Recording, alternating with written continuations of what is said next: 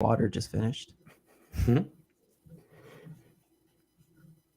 I got to start getting some flags in the background for me. I move in a few weeks, but that'll be an opportunity for me to get something on the wall, so it's not just looking like I'm in a, I don't know, padded room or something. All good. It took me like 8 years to do it. So where are you living, Carver? I'm right now right outside of the hill, so like behind Van Deventer, but I'm moving back to Soulard here in a few weeks. Cool. But yeah, we're like neighbors. Yeah.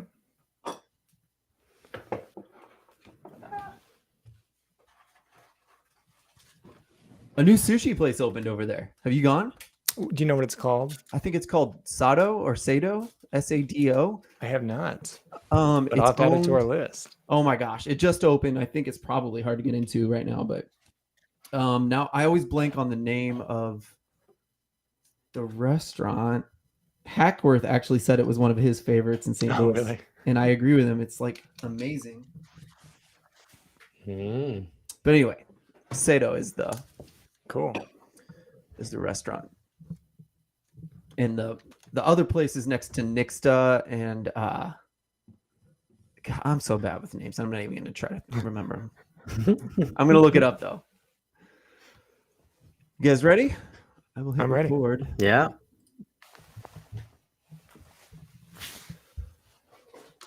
All right, everybody, it's the wind down. We're doing it a little differently than usual because we recorded, strangely, we recorded during the day. And just because it was good for Santiago and Matt. And so it was good that we got in that 45 minutes earlier today. And now we're going to do the wind down portion at night. So you might be listening to some jazzy segue music. I hope everyone's chilling out and enjoying their evening, day, whatever. I don't know when you listen to this podcast, but welcome. We have a new special guest today. It is Carver from BVB podcast fame. Our alumni Jake was his podcast partner. Still are, right? You guys yeah I was the same mutual friend. Yeah. So yeah, I got to hang out with Carver when Manuel Veit came, when we did the pre-show get together ahead of the Bayer Leverkusen friendly. And yeah, Carver, you were great. You had awesome questions and thoughts throughout the night. I probably didn't let you speak enough. Maybe just like right now, I should just say, Carver, how are you? Tell us all about yourself. I'm great. And no, the show is perfect. I was just vibing the whole time. I kept looking out the window at the stadium too. It was a pretty incredible night, given we got whipped 3-0 by Leverkusen. But yeah, pleasure to be here. Thank you. Yeah, it was. It really was a wonderful night. Vibing was definitely the word for it, especially that night.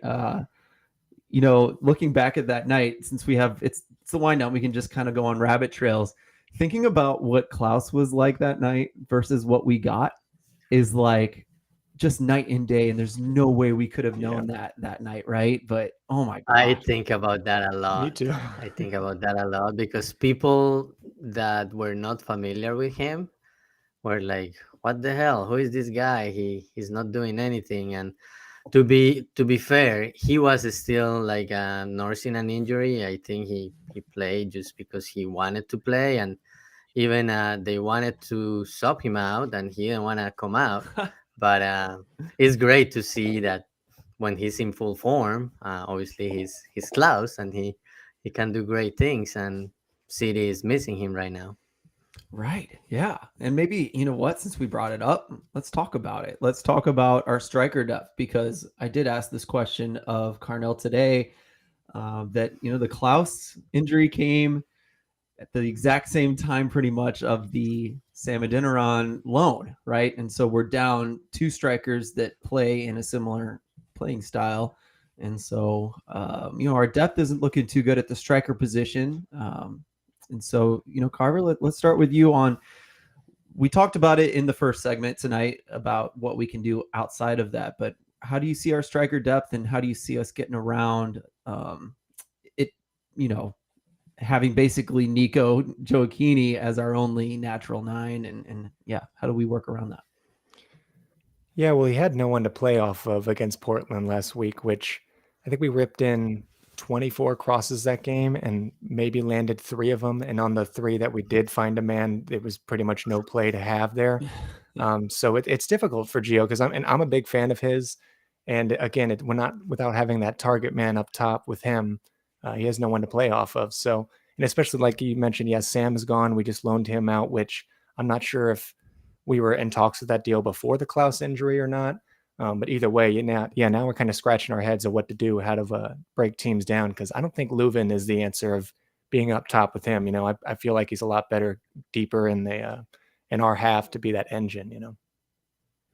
Yeah, I think another thing that came up in the presser today was kind of a question that Matt asked, I believe, and I think Nico Gioacchini said, I think I learned in that game that I need to be more selfish.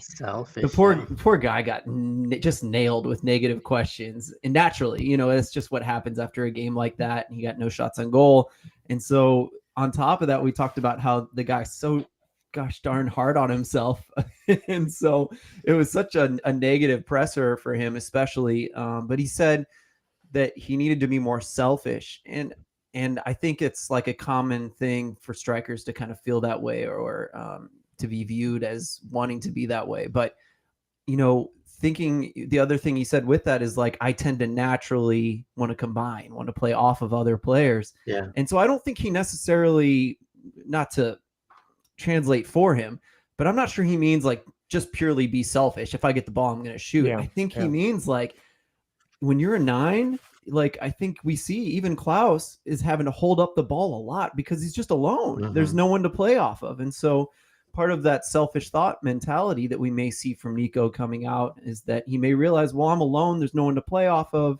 I got to do something here. So maybe we'll see him hold the ball up more or better, or maybe we'll see him maneuver and take a shot or something like that. And so I'm interested to see, we might have experienced like Nico growing as a player in the last 2 games and going to the next one.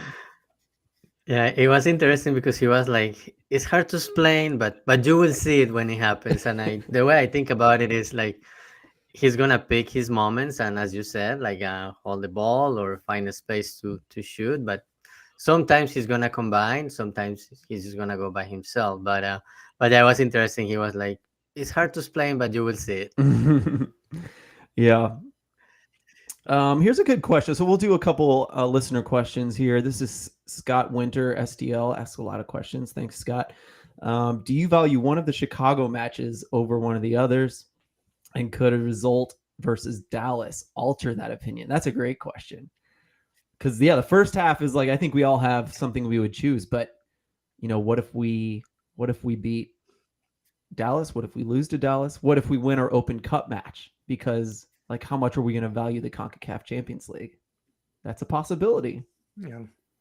What do you think, Carver? Well, but yeah, I was going to toss this question at you guys first, and then I got a good idea in my mind. Santi had an answer. Why don't you go ahead, Santiago?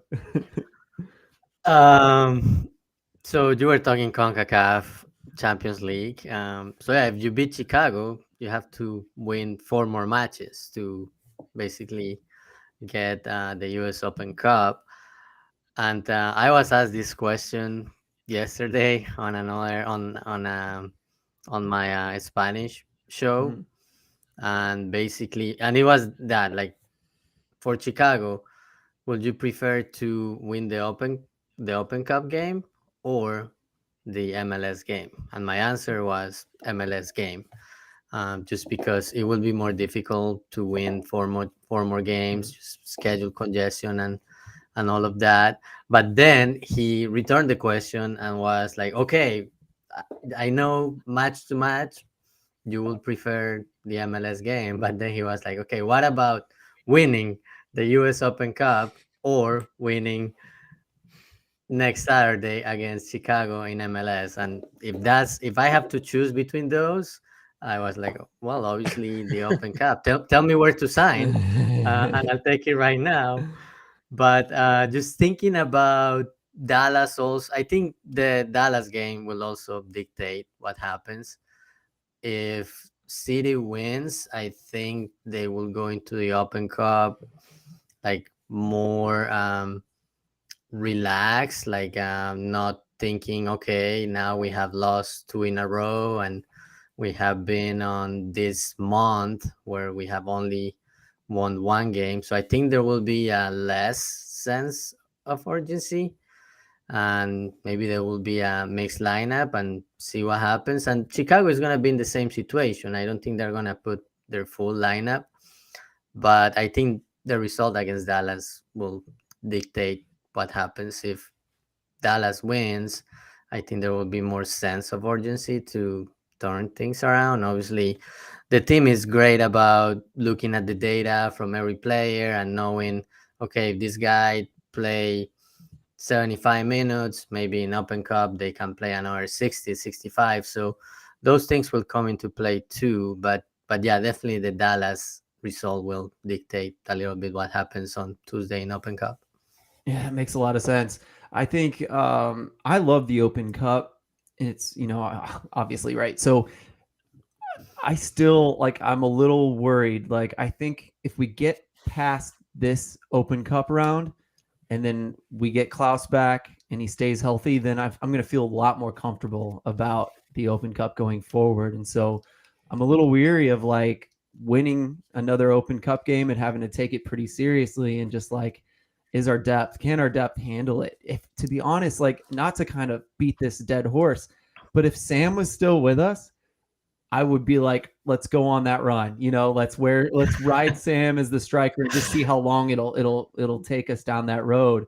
And especially, we could sub him out for that 4 false 9 formation we've been kind of talking about a lot. So, those two things would have been really exciting, just to be like, how far can we go as a bit of a David and Goliath story, because we'd be playing all of our underdogs. So I would normally say that's what I want, but I'm a little worried about our depth. And so as much as I love the Open Cup, I don't know. Are we worried about the playoffs? I'm not sure I'm worried about missing the playoffs yet, but we have been on a bit of a bad run. So playoffs are in the back of my mind. I'd like to make the playoffs and have some fun there. I love the Open Cup so much that I don't know. I'm torn. I think I can safely say now that I'm 50-50 on that. You talked yourself into it. Yeah, right.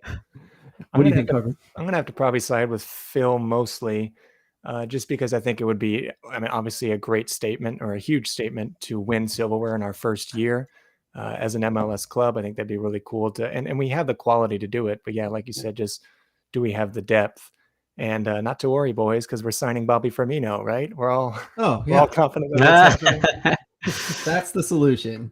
We don't even have to worry about it. Yeah. But as for I don't feel too worried about missing the playoffs. I think even after our first 5 wins, the stat was something like 96% of teams that win those first opening 5 games have a chance of making the playoffs. So that part doesn't concern me as much as just pushing players to their limit to maybe sideline them even more than they need to be at the moment. Yeah, the late part of the season is typically where everyone's expecting a pressing team to fall off. I'm not sure I have bought into that yet, but it is something to worry about in year 1 because it's so unproven with us. Some of my favorite, the City Voice ones, were the athletic guys, because I'm so curious about the science behind that. So yeah, but Phil, just an additional comment. If the team wins and is making a run, remember they can recall Adeniran at any point. So if the team is having a good run, maybe he will be recalled and he will join City for that run. And didn't San Antonio lose, I think, in the Open Cup? I'm pretty sure they did. Yeah, although I think he played that game that San Antonio lost, and I don't think he can play for City. Cup tie. So never mind. You're right. Yeah, he's cup tied. So never mind. Yeah. Good fact check. Yeah. Thanks. Here's another question. What are the chances Miguel Perez gets called in for the U20 World Cup, and would City release him for it? I asked this today. I think this is something we don't have to worry about. We'll just say that. I forgot I wasn't going to talk about that, but then I asked the question anyway. So the roster hasn't been released, so we'll just see whether he's on it and whether the city has to make a decision there. But we did talk about whether or not we thought he would make the U20 World Cup team, and so I don't know. Santiago, you actually didn't give your answer. I guess you said no, you don't think he would. Yeah, I said no. I said no, just based on the fact that he had this last month was the first time he was called up for any of the national teams, and it was the U19. And unless a lot of clubs don't release their players, I think if this was 6 months from now, I would say yes, he will make it. But considering it is now, I think even though he's doing great, I think he still has room to continue developing. And he's 18, so it's not like if he doesn't go now, he's gonna miss his chance to go to a U20 World Cup. He can go in 2 years. So I would say no. I'm trying to remember. I'm trying to scroll through it. Chicago Fire is not releasing Gutierrez and another player. Do you remember? I don't. The goalkeeper, Chris. His last name is escaping right now, but yeah, it's their goalkeeper. I can find it very quick. Well, that was more what I was worried about. As I was saying, did a spot open up? And Gutierrez, I think, is a central midfielder. So a spot did open up. So there is a chance, if someone was on the border of making it and not making it, he could slip in there.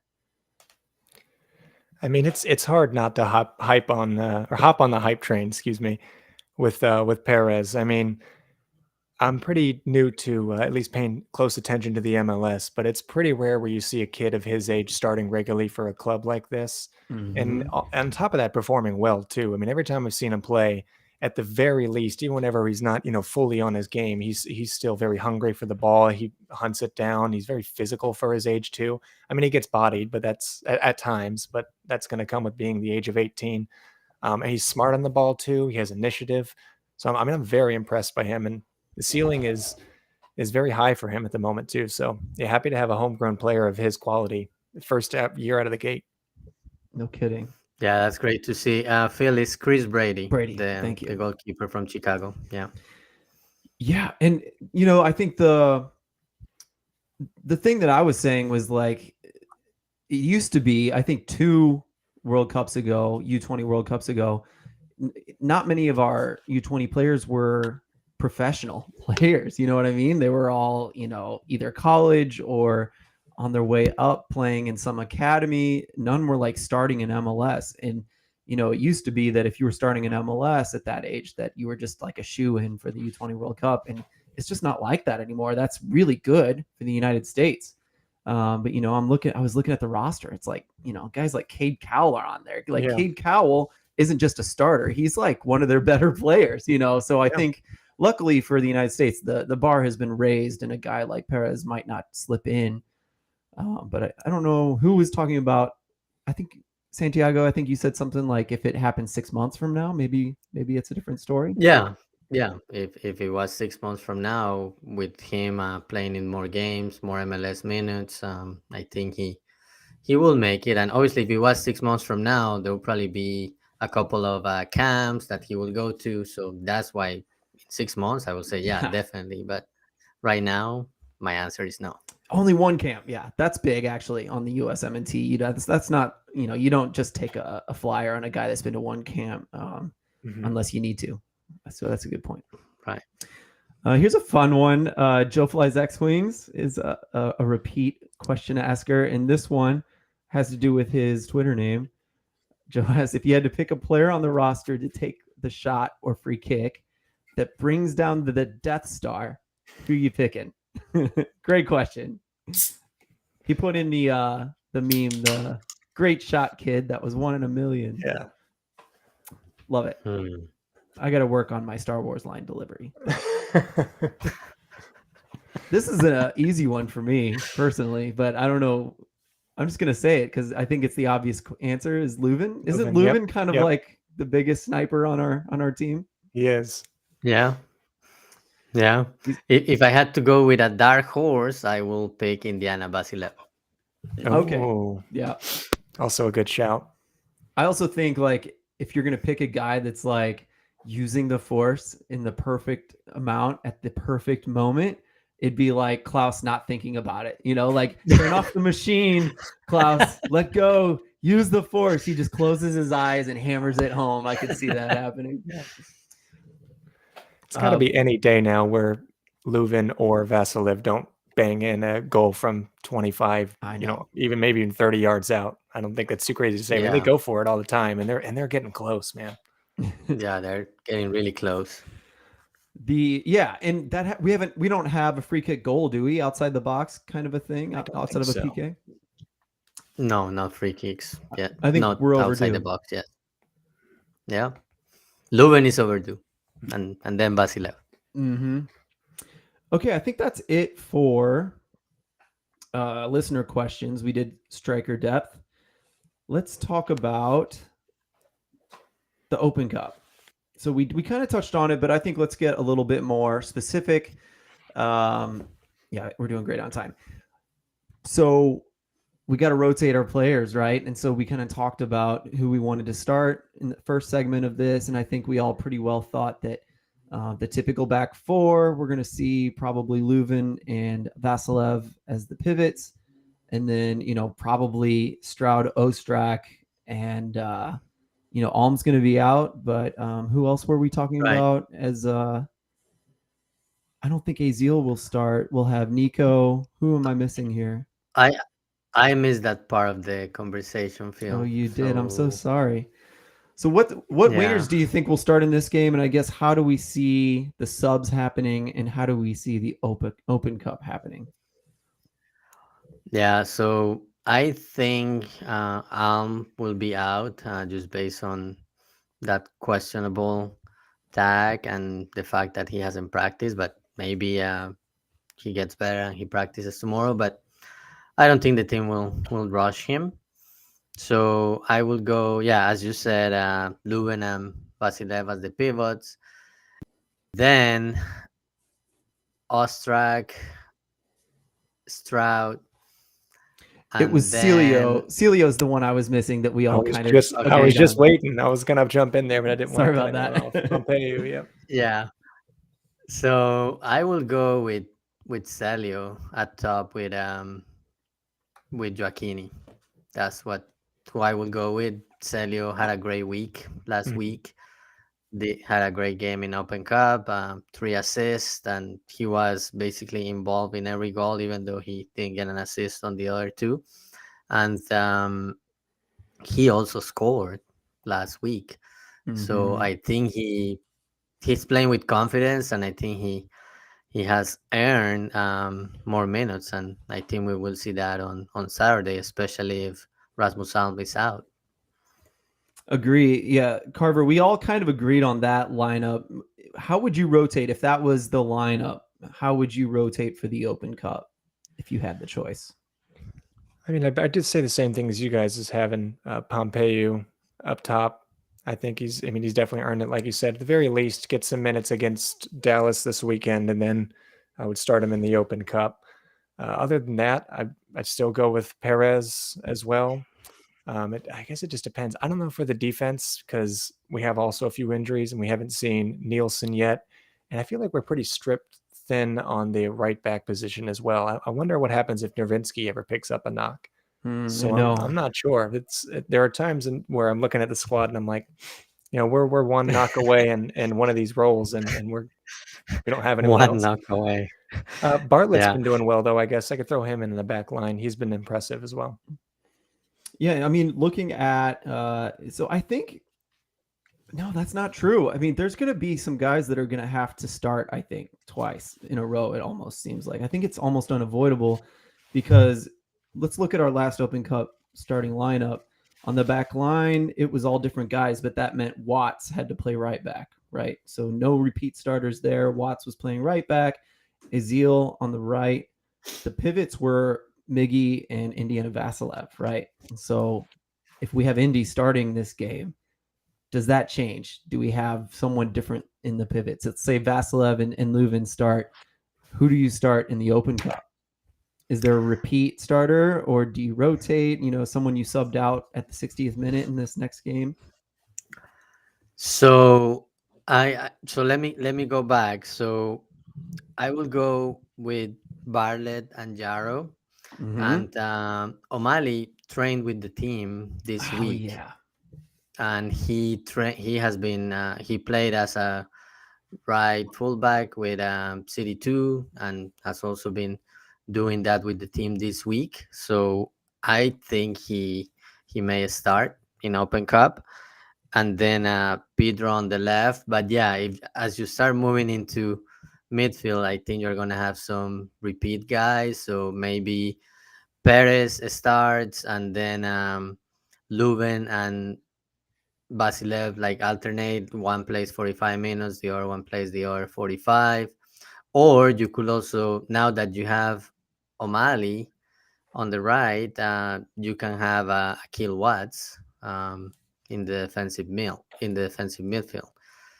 But yeah, I think guys will alternate. Like if Jackson doesn't play against Chicago, or against Dallas, or only plays a few minutes, he will probably start again. And it all depends on who starts against Dallas. But yeah, I think you're gonna have to have some repeat guys or some guys that play like 75 minutes against Dallas, and maybe go 60 minutes against Chicago. But yeah, I can see more repeats midfield and up. Yeah, it seems like, I think you solved the puzzle there, that I think we're going to see O'Malley. We talked about that in the first segment. So like, of course, I forgot that. So I think that's the answer. And then maybe Watts in the middle, in the midfield, central midfield. So let's talk about the wingers and attackers between Jensen, Aziel Jackson, Celio, Pompeu, Ostrak. At least two of those guys are going to start this game against Dallas, don't you think? At least one, probably two.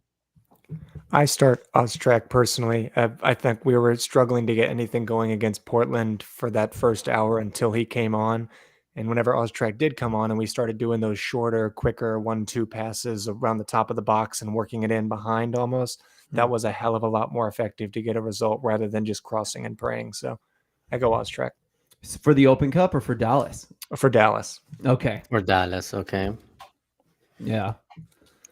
So And we if got he Glover too. Are we going to start right, Glover? yes. Probably not. So I would. You So would. yeah, because you have to give Nico a break. So yeah, if Ostrak starts against Dallas, I think it will be Jensen and Jackson, and maybe Celio and Ostrak will alternate 45 minutes each, and then as a number 9, I think Glover will see some time. Nice. It'd be fun to see him start. I'm rooting for the guy. And, hopefully Chicago too. I mean, if they start a lot of backups like we are, I think that lineup looks great. I think O'Malley, I said earlier, has been looking great with City too. So I'd love to Yeah, see all the guys you yeah, mentioned. or maybe Nico Joaquini starts, and then Glover comes second half, or the other way around. But I think Glover is gonna get some minutes on Tuesday. Yeah, I don't know if he'll start. I'm not sure he'll start, but we're getting pretty thin at that position if he doesn't. So I'm kind of torn in that regard. We got a couple more things I want to hit, and we're starting to run out of time. So Carver, I want to give you a chance to kind of talk about the Portland game, and then we'll close out with a few thoughts that you have about Dallas coming up. So we touched on the Portland game. We don't need to go too deeply into it, but what were your thoughts on that? I mean, pretty much that everything that I mentioned already. Just it was tough to break them down and get anything going in the attacking third until that hour or so minute mark when Ostrek came on and we stopped just throwing in crosses into no one. So it's on Bradley to think of a plan B going into this weekend and even potentially the next 2 or so weeks to find out a way how to break teams down without your star striker, and that can, cause that chaos, win those aerial duels, because that's also another part that is vital to our game is, Berkey booting those insane balls up top and Klaus getting his head on it and then winning the second ball. So we got to think of a whole different way of attacking. Yeah, right on, right on target. Really like similar to some of the things we were saying today as well. You had some thoughts. You said you know a guy in Dallas, and you were kind of talking about some things. So if you want to bring up some thoughts about Dallas coming up, I'd love to hear that. And again, we appreciate you coming on today because we kind of as a podcast, you have you're in danger of being very insular and repeating your own thoughts within each other. So. Yeah, I want to hear what you have to say about Dallas. I've been really excited to hear what you've said so far.